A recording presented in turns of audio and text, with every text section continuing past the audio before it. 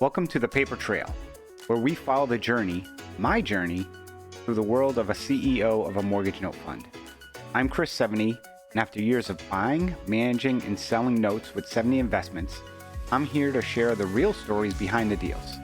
What went right, what went wrong, and what I wish I knew earlier. From non-performing loans to seller financing to private lending, this show is about more than strategies, about growing your business, learning to follow the paper trail, and doing the due diligence that separates the pros from the rest. Now, let's hit the trail running. Welcome back, everybody, to another episode of the Paper Trail podcast.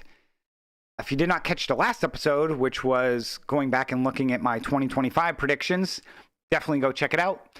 Today, we are going to do our 2026 predictions in real estate and in non-performing note space.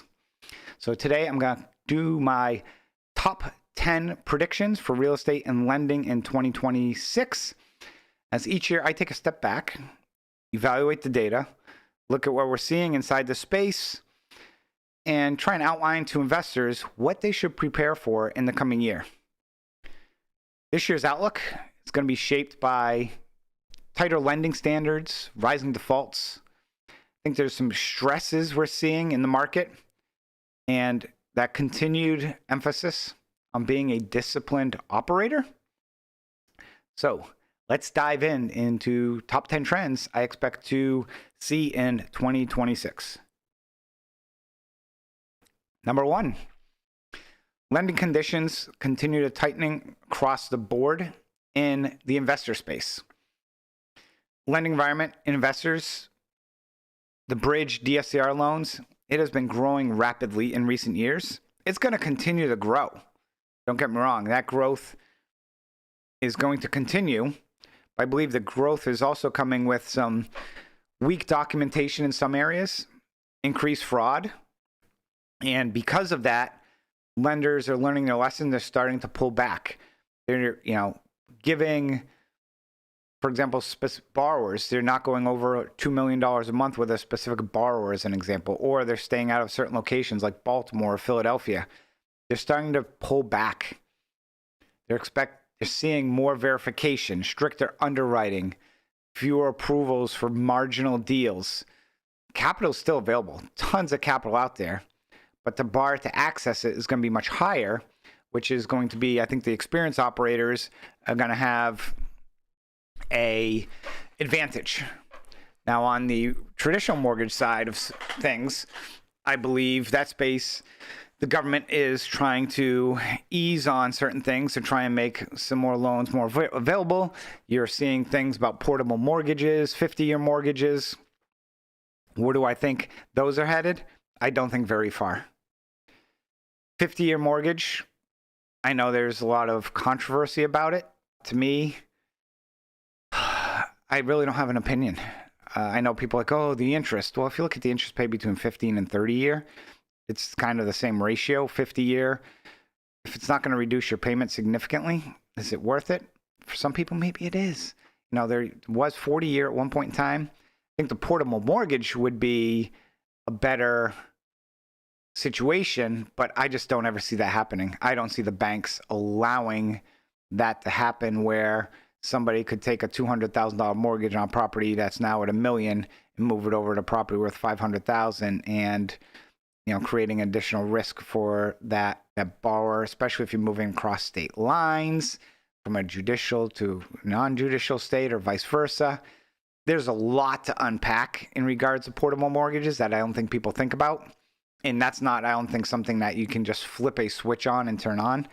I just don't see it happening.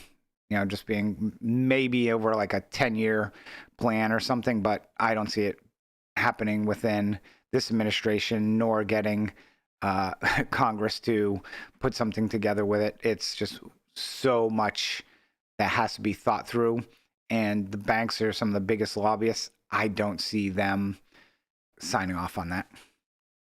So that's number one. Number two, multifamily, I don't see any meaningful improvement. The survive to 25, I can't think of a nice little term, but It's not 26, probably not 27. You're just multifamily distressed assets remain a major concern. Many loans were extended to, quote unquote, resolve them, but operating expenses continue to rise. Refinancing remains extremely difficult. As we enter 2026, still burdened by a lot of loans built on assumptions that no longer hold. The kick the can down the road strategy continues because lenders prefer extensions over those recognized losses. So it does keep assets alive, but it doesn't fix the underlying issue. And what you're also seeing is people who had the cash reserves continue to run out, or if it's a syndicated deal, how many capital calls can you go through? I think the multifamily, I'm not, again, predicting any type of dire crash, but it's not going to get better. So if you're sitting on some multifamily and thinking that, it's going to turn around this year, or you're waiting for some moment where, okay, now I can refinance or do something, I just don't see it happening. So I think you're going to see increases in the multifamily on the delinquency side as interest rates continue to kind of float right around where they're at, and cap rates probably staying right around where they are. Number 3, sponsors operating outside their expertise will continue to struggle. I mentioned this last year, and I think it's going to continue. See a number of sponsors expand into asset classes that they don't have experience in. They're not trained for. Multifamily operators taking on new development projects. Residential flippers jumping into commercial. I've seen single family people get into office, commercial, retail, the mixing of crypto and real estate. To me, I just view that as two different asset classes. Not sure why you'd want to put them together. Just my opinion. I'm a real estate guy and kind of don't understand crypto. So I didn't make billions off of Bitcoin, and I'm not going to make any money off of it because I don't invest in it. But I view it as a separate asset class, separate specialty. Others, self-storage, car washes, oil and gas. What are some of the other areas you're seeing people getting into? Those are some of the other mobile home parks. People just expanding because they think they see an opportunity, but they've never done it. And we've already seen in the past year, people doing that start to see cracks, start to get hurt. We're going to continue to see that. Short-term rentals is another. Each one of these has a expertise involved. And somebody mentioned me the other day, have you ever considered, there's actually oil and gas because of, so you could provide, significant tax breaks to people. And I flat out, and it was a potential investor, told them, I said, I'm 50 years old. I have zero interest in oil and gas. I actually have negative interest in it. And, it was an internal joke in our company where, you ask people, on a 0 to 10, how are you today? And, 7, of course, is norm. And, I always joke with people, I'm like, it really should be negative 5 to 5. So 0 is kind of your negative, means you're in a negative, positive. Now, if we use that scale for certain asset classes like oil and gas, I'd be at negative 5. Zero interest in that asset class. Car washes, gas stations, zero interest. I built them. I know what it takes to just build those things and the risk that's involved. And it's not something I want to learn. I'd rather be extremely focused in what I'm good at, which is residential real estate. I've done multifamily, I've done single family. I have expertise in both. And our portfolio consists 99.9% residential, single family. And, that's where we want to continue to focus. As I mentioned in my other episode, investors need to bet on the jockey, not the horse. They also need to make sure that jockey has ridden a horse before. So experience matters. And experience matters even more during stressed markets. Number 4, I think the investor fix and flip activity slows. Fix and flip investors will continue to pull back. Reliable contractors remain scarce. As I mentioned in other episodes, we've got a property we're rehabbing, getting it cleaned up to sell. It's the worst set of contractors I've ever experienced in 30 years. I mean, just worst ever. Not even, this isn't even like close. This is like the 0-17 Detroit Lions compared to 17-0 New England Patriots. I mean, it is that obvious how awful these contractors. But good contractors remain scarce. Timelines keep slipping. Resale markets starting to soften. Because of all this, it really boils down to execution and getting time is money, and modest delays can destroy these margins. So I'm viewing only experienced operators with strong teams and conservative leverage are going to be able to stay active. And you're also seeing some of these institutions now focus on people who have, done multiple fix and flips over the last several years and not lending to people on a first-time basis. Here's a random one. My next one. Build to rent. I don't think I've ever talked about build to rent on any podcast. And interestingly enough, on Saturday, my little Facebook thing came up and said, hey, you had this post from 7 years ago, which was the launch of my podcast. So 7 years. Wow, time flies. I've been doing this podcast. And for those that know me or don't know me, I like to rely on consistency is I think what builds strength and your business.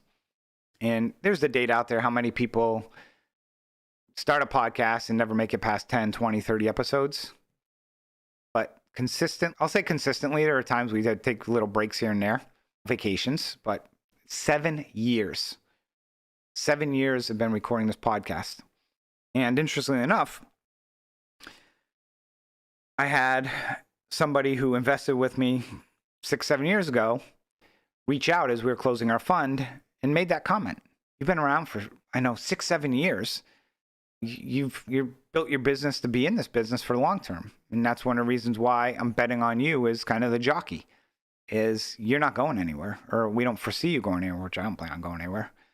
But important to note that aspect of just consistency, and it ties back to this build to rent, which I've never mentioned before, but it's something that I think is just important to mention to people, because I actually believe it's going to be one of the steadier sectors in 2026, because people can't afford a mortgage. Consumer demand is strong. People are looking for a little bigger housing. I personally believe if you're in that 1,300 to 1,800 square foot property, which has not really getting built anymore because of the cost of land, but some developments are coming in building townhomes or these types of assets, the institutional demand is very strong for this. It fills a very clear need, and people want some space without that commitment. So build to rent to me is, and again, I first was never a big fan of this. Then I started just looking at it more and it's actually a viable strategy in the near term and long term. Because if you hold real estate for long periods of time, it will appreciate because we continue to just spend money like there's no tomorrow. But also, there's such a heavy demand now by, whether it's Zennials or Gen Zs, I think, that need housing or want their own housing that they can't purchase yet. So that's my random one I'm throwing out there. We'll see if that spaghetti sticks on the wall. The other kind of touch upon this in regards to the lending conditions tighten, but because lending conditions are tightening, I think you're going to see defaults on, again, investor loans, again, continue to rise. The drivers are clear, rates are elevated, rents are not meeting projections, margin compressed, borrowers face difficult refinance options. A lot of borrowers just have no exit. They're like, oh, I'm going to buy this and putting this down, but then realize they don't have an exit. And these loans often structured during different market terms. As these shorter term loans mature, they may reset. More loans not meeting this debt service. There's going to be an uptick in non-performing loans, continue to rise. For us, huge opportunity. For people in the default loan space, huge, huge opportunity. I can't say it enough. And some of these types of loans, which they're single family residences. You treat them the same as an owner occupied, same process, same everything, higher chance probably of foreclosure, might be able versus workout sometimes. I'm just telling you, there is just a huge opportunity. I can't say that enough, and I'm not trying to mimic anyone in politics, please. But the opportunity, I just literally had hundreds of millions of dollars in this space come across my desk every week, seeing increases. And the reason why, these loans make their way up to aggregators who have, I'll say, money backed by Apollo or Blackstone, whoever it is. These companies don't have asset management. They don't know how to deal with non-performing loans. They're just like a bank. They own the loan, but they have a servicer. But when they go in default, they've got nobody to manage this, and the servicers are not the greatest compared to an asset manager in managing loans. So they will sell them. Now, they typically sell at a little higher percentage because they have high default interest rates and have that equity. So if there's a loan that's chomping at 18% interest, house is worth 400 and they owe 300, paying 90 cents on the dollar, it's not bad at all because you're paying 270 and it's chomping at 18% interest. And they typically have personal guarantees. So that area, 2026, I'm going to predict is going to be, people get into that space, can be the most lucrative. Now, we talked a lot about investors for the first half of this episode. What about the owner-occupied? I've been silent to date on owner-occupied. Why is that the case? Inventory stayed tight. Trades are a little more difficult. Even as some households face financial pressure, most borrowers are still locked into mortgages in that 3%, 4%, 5%. Creates very low mobility and extremely tight inventory. For loans that enter default, secondary market remains challenged. Buying a loan at 60 cents on the dollar at a 4% coupon is not as compelling as buying a loan at 80, 90% with an 18% coupon. So the numbers aren't, it's like that video I've seen where the person's like selling the oranges and stuff, and one next to the other, and one just keeps dropping the price and sells them, and then basically decides, well, I'm just going to buy all of yours to take out of the market and then just sell them for my price because you kept dropping your price. In this instance, that doesn't happen.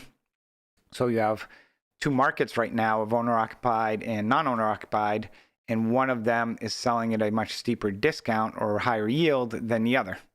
And again, they'll come back to the owner-occupied stuff. That pricing was great from 2018, 2020. It's creeped up during COVID. It's starting to make its way down. It's going to continue. Reverse mortgages and some of these older loans that we target and focus. Haven't seen as many, but when we do, there's still that opportunity to acquire those. The ones that are in the 3 to 5% range, sellers just have not come to the grips of how much of a discount those are going to have to sell at.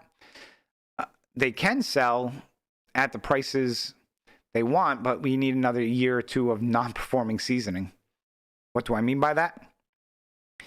Borrower needs to fall further behind, because the spread, once they fall further behind at the discount, allows for a greater workout strategy.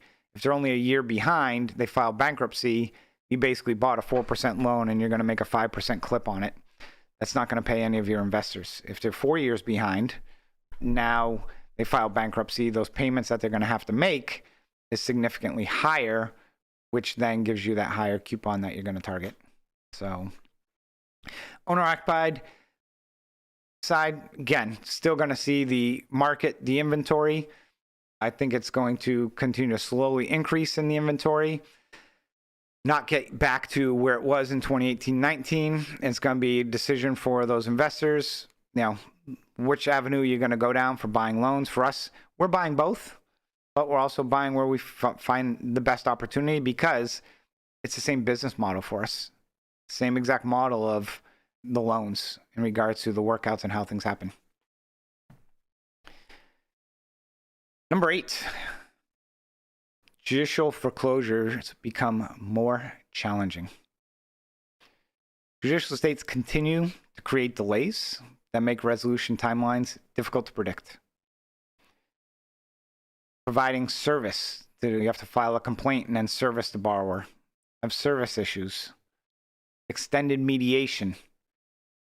Post-sale delays and getting the deeds. These are all becoming so common. We've got one in a judicial state where try and get a hearing and the opposing counsel's like, yep, I'm not available until March. And the court's like, okay, defer this till March. So we're starting to see, as judicial states create more problems, we start to just move away from them more and more because it's not worth the effort or the price, because time is money. We have ones where borrowers are hiding that you can't give them service. They won't answer their door even though they're living in the property. Then you have to service. It takes 3 months before you have to try. The state will make you do 10 attempts or something ridiculous over a span. Timelines that once took 6 to 12 months now are stretching 18 months or longer. I don't expect relief in 2026. Massachusetts, for example, just issued a moratorium for foreclosures because of the government shutdown for 8 weeks or whatever it is. The courts remain backlogged. Borrowers have become very familiar with delay tactics. I have a loan that's from 2022. The property sold, the money is sitting in escrow, and it's been tied up in legal, and who is owed the money? We are owed the money. We won the lawsuit. An individual appealed. Their appeal was a month late, and we're going on 6 months, and the court still hasn't even rendered a decision on the appeal. So we're now going to be hitting our 4-year anniversary on a specific loan that was resolved 3+ years ago. We have loans in certain jurisdictions that we foreclosed 6 months ago. County still hasn't issued us a deed. We can't do anything. Very common now in these judicial states. Now, what will be interesting is, I believe this is still going to continue, but it kind of caught my eye yesterday when I was death scrolling TikTok, and there's a case in Washington, D.C., which, for those that don't know, Washington, D.C. is very tenant and borrower friendly. And there's an older woman who had a short-term rental, and another woman rented it for 32 days, which in DC, more than 30 days, basically then you become more than 30 days just gives you much more rights. Woman never anticipated on paying, said she's never going to pay, knows she's not paying, has been in this property for 10+ months, is being interviewed on the news and stuff like, yeah, I'm just doing what I'm allowed to do type of thing. And the news stations and everyone is getting, brought up to speed. And what's interesting about this story is everyone views corporations as the big bad real estate, as the evil people in real estate. But there's evil on both sides, on tenant borrower as well as on corporate. But people need to realize it's not one-sided. And the reason why individuals now, everything's run by corporate and corporate goes in and buys up is because a lot of people get so fed up of, look what's happening to this woman. She's probably going to lose this property because she has no money coming in. She's paying all this money for taxes, insurance, and everything else. And who knows what the property is going to look like when she takes it back. And the courts are just like, yep, the woman has rights too. And continues to just let this person stay. So curious if we see any type of shift. I doubt it, to be honest. But I still think these judicial states are just going to become much more difficult, much more challenging. We continue to adjust our pricing based off of these judicial states and getting much more conservative. Number 9, home prices. Home prices are going to continue to fall in Florida, Texas, and some of these other areas where they had the big booms. It's going to happen. Well, that's my prediction anyways. Prices, Florida, Texas, they're going to decline. These states experienced significant growth during the pandemic, but again, feel like I'm beating the dead horse of insurance premium, higher taxes, overbuilding certain metros. It's now pressuring values. You go look at Cape Coral, Tampa, that whole west coast of Florida. We've got some properties in that area that we've got them as rentals and got them at a extremely great price because they were defaulted loans. The values in those areas are down significantly. Are they going to recover? Of course they will. Florida's like the roller coaster. Goes up, down. But for the time being, it's going to soften in those areas. So I don't expect sharp declines across every city, but I think the trend line for those two states points downward. I think you're going to see it in other major areas as well, that pricing softening. And in some, we've already seen 15 to 25% declines. And I think it's going to continue to slowly. Again, I'm not predicting any crash, nothing like 2008. I'm just telling people, if you're modeling out, and I see this a lot on bigger pockets of, 5% appreciation growth over the next 5 years. I would not bank on that. I would anticipate very little appreciation growth for the next 36 months and then start some appreciation after that. But I think the next 36 months is going to be a little bit flatter on things. I'm still very bullish as always on real estate, where I think if you're holding for the next 5 to 10 years, you are going to do very well. It's just right now, kind of in that low. And 2026 is going to continue to be in that low as things start to flush out, because we've got more job losses. We got areas that are just recovering again, where they went up too fast and now they're just coming back down. The last one, growth projection for 7E. 2025, we closed the year with nearly $60 million in capital raised and right around that 1,000 investor mark. My prediction for 2026 is we'll hit 100 million. We're going to grow by about 40 million this year. And I believe this is based off of, again, our disciplined underwriting, our careful selection of assets, our consistent operations, focusing on doing what we do best, which is being in the lending space on non-performing loans. Yes, we do originate some other correspondent loans for additional revenue, but basically everything involving the residential space and that single family, the loans. Yes, we have some real estate in the portfolio from properties we've taken back.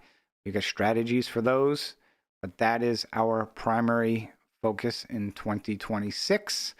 You're not going to see us all of a sudden start getting into, as I mentioned, these other asset classes like commercial office and starting buying downtown buildings or self-storage and doing a self-storage facility. That's not our cup of tea. So stay disciplined, stay focused, and we just want to keep doing what we're doing. Final thoughts. Theme for 2026 is, I'm trying to think of what I want to use here. Separation, I guess, is sometimes pops in my head. What I mean by that is companies that are disciplined, strategic, and focused are going to separate from the inexperienced ones. You're going to see that greater divide. I know a lot of people right now are talking about economy and the separation of the dissolution of the dissolvement of that middle class, and it's the haves and have-nots.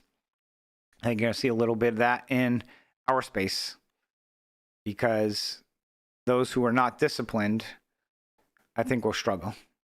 And those who focus on asset classes that they know and understand the fundamentals are going to outperform significantly those companies that just build things on assumptions.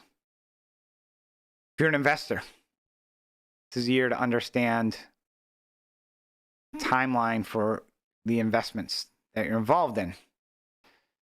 And for sponsors in the note space, it's also understand the timelines, understand legal processes, understand underwriting quality. Market's resetting. It's not collapsing. It's adjusting and resetting. Opportunities exist for those who evaluate risk rather than those who chase returns. So thanks for joining me on this episode of the Paper Trail podcast. If you want a deeper dive in any of these predictions or more information on dedicated default space, we will be doing this on webinars and consistently talking about this throughout the year. So I want to say thank you for checking out this episode. We will, in 12 months' time, circle back, see how I did. But in the meantime, thanks again for listening, and catch you on the next one. Thanks for joining me on this episode of The Paper Trail. I hope today's insights help you sharpen your note investing strategies. If you found value in this conversation, subscribe, leave a review, and share it with fellow investors. I'm Chris Sevigny, reminding you to keep doing the work, trust the process, and always follow the paper trail. Until next time.